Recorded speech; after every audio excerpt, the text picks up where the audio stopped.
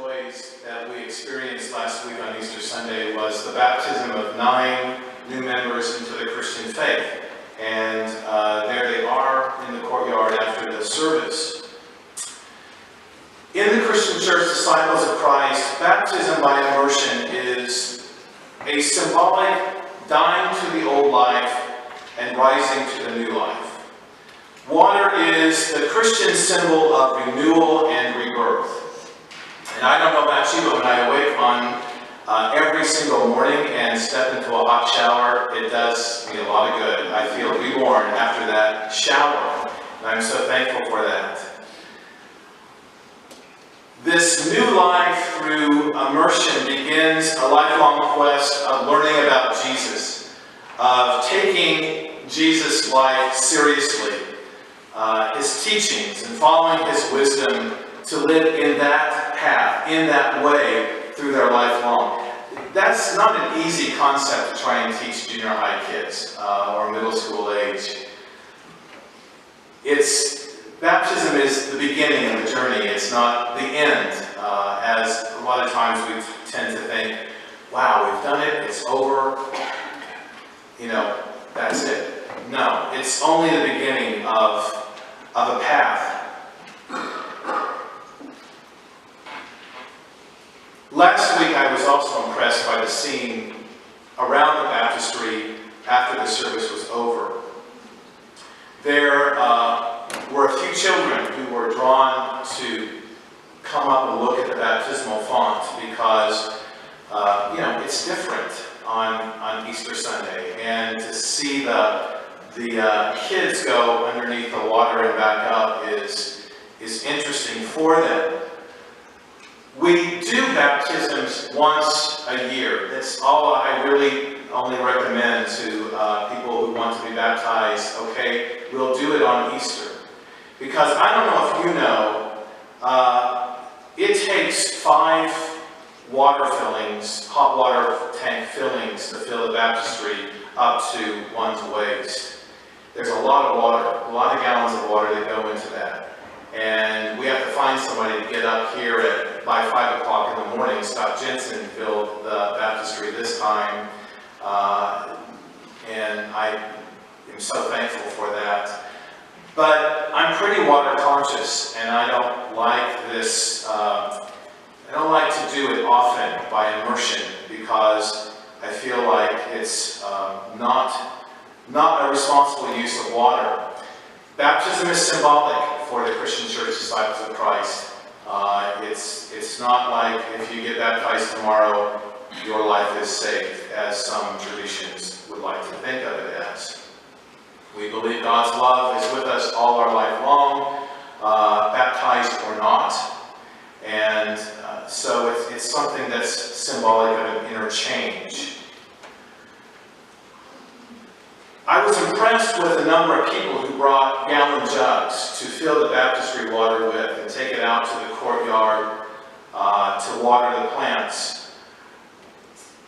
This act of water conservation was symbolic. We didn't make a dent into the water that was in the baptistry. But a lot of people symbolically made an impact on the plants and the flowers in the courtyard by watering them. And I think it's a good teaching as well for us. Water is the cradle of new life. We're born in the womb amidst an ocean of water. It is the expression of God's grace as the ritual of baptism symbolizes. Water plays an important part in the Bible. In the sacred text of Scriptures, we hear the word rivers mentioned 258 times, streams 24 times, and water 714 times. The word water, streams, and rivers are all mentioned more than the words prayer and worship and faith. That might have something to do with the fact that Israel is in a desert environment, and water does matter a lot to the people there. But it matters to people wherever we live, in luscious landscapes as well as desert. In the spiritual tradition of many cultures, not just within Judaism and Christianity, water is holy because water is tied to new life, rebirth, forgiveness, refreshment, and cleansing, and salvation, and healing. And actually in the act of creation itself. We read back in the beginnings of the creation story in Genesis that water covered the earth. And so water is indeed something that all religious faiths can agree on. Okay? That it's a precious gift and essential for life. Religious communities are becoming increasingly aware that we can share our knowledge and our resources and help this planet. So there's a lot of things that religions don't agree with each other about, but water is one of those issues that we do. The world's water supplies call us to practice preservation, to restore our waterways, to make sure that the rich and poor alike have access to water, clean drinking water, and to manage our water in times of drought with some creativity and foresight. Back 4 years ago at the World Council of Churches meeting in South Korea, religious leaders representing Christian, Muslim, Hindu, Judaism, and the Buddhist faiths poured water, as you see here, into a common vessel, signifying their unity and the importance of water within the religious traditions, and a shared commitment to water justice. Global Christians, Christians around the world, have formed what's called the Ecumenical Water Network, which draws its commitments from practicing water justice from Scripture. And the Ecumenical Water Network is dedicated to this equitable distribution of safe, clean water for all the world's peoples. I hope these are some new things that touch you, that the church is doing something around the world, working together on this issue of water. Through the United Nations, Christians, Muslims, Jews, Buddhists, Hindus, and secular people have established what's called UN Water. It's an international community committed to issues of freshwater sustainability, sanitation, and water management. Only 10% of our waste gets treated. Imagine that. Only 10% of our waste is treated. Well, it's not really anything new. For 200 years, Christians have been working together on the relationship between clean, safe drinking water and health. In fact, British Christians in the 1800s led a political movement for public water fountains. I didn't know this. All of this information is found in Diana Butler Bass's book, Grounded, which the Explorations class is studying. British Christians believed that fresh, clean water was a right for everyone, but they were horrified to learn that doctors in Great Britain had encouraged mothers to give their children beer and whiskey to drink because public well water had become polluted by industrial waste, and most of the public drinking spaces were not safe. The priests and activist laity and politicians belonging to the Church of England pushed for the introduction of drinking fountains so that all could have access to good, clean water. So when you drink from a fountain, remember, that was a project started by the church 200 years ago because people were dying and that they didn't have access to public, safe water. The English churches started writing on their public fountains the inscription from Revelation chapter 22, verse 17, which says, "Take the water of life freely." In this country, we've been blessed with gifts of clean, running water. We've been blessed with our showers.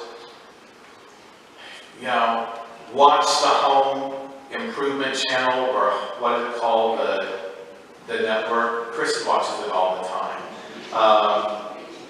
HGTV. All these beautiful showers and bathrooms and toilets and kitchens, dishwashers. The access to water that we have is sometimes kind of pathetic what we need. We take clean water for granted in this country because we're privileged enough to have resources enough to make sure our water is clean. But in the world, let me give you some stats. 3.4 million people die every year from water, sanitation, and hygiene-related causes.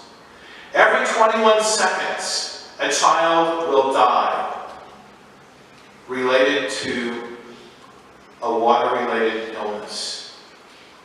80% of all sickness and death is related to water. Women in developing countries spend 200 million hours per day carrying water. 200 million hours per day. Can you believe it? In the United States, each person uses more than 185 gallons of water each day. In Senegal, the country of Senegal, where water usage is at the lowest, each person uses 7.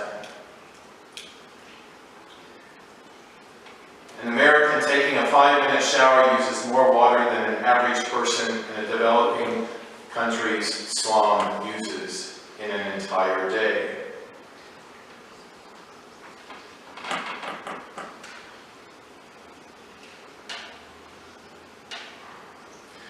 My learning this week, this is not on the script stuff, but my learning this week has been with bottled water.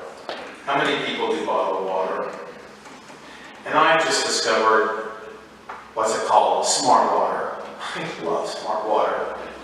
It's supposed to be pumped full of the stuff that we need.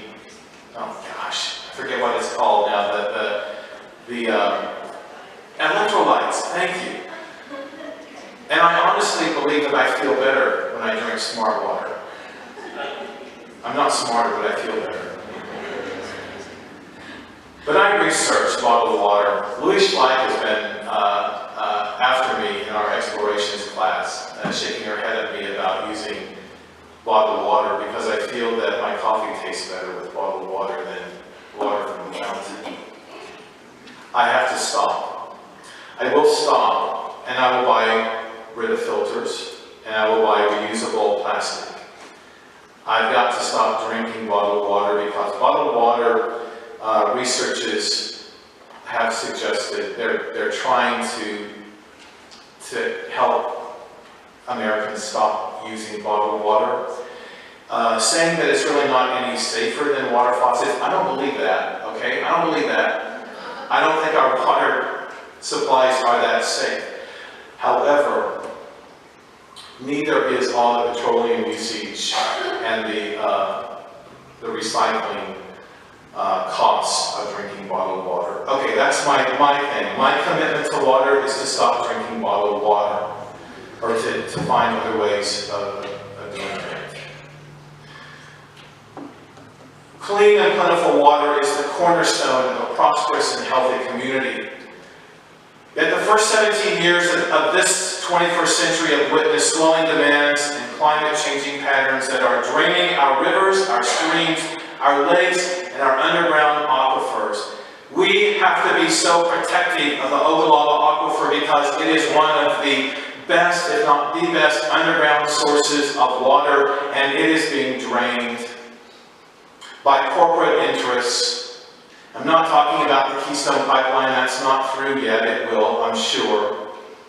But politicians and churches and pastors have to get on board with how important that water supply is.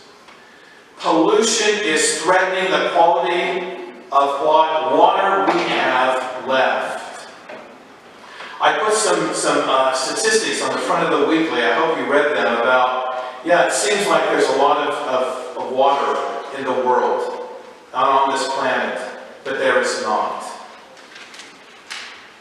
From energy production like fracking, to the proposed Keystone Pipeline, to agriculture, corporate farming, to the impact of global warming and climate change on our water resources, almost everything that we are doing impacts our water supplies and is depleting our water supply throughout the world. And yet stories that are found in Scripture, like in Psalms and Revelation and John, remind us that water is a spiritual gift. Water is central to our faith because water is essential for life. We have been blessed with the gift of water, and we know how God uses water to sustain us in the journey of faith. And rather than taking this precious gift for granted, church, may we use it with care and with love. And may we examine our own uses to determine what role we play in preserving the gift of water. We offer an invitation for you to become a part of a community that seeks to learn, to grow in the faith, and if you feel part of that call to become among us, please feel the invitation to do that.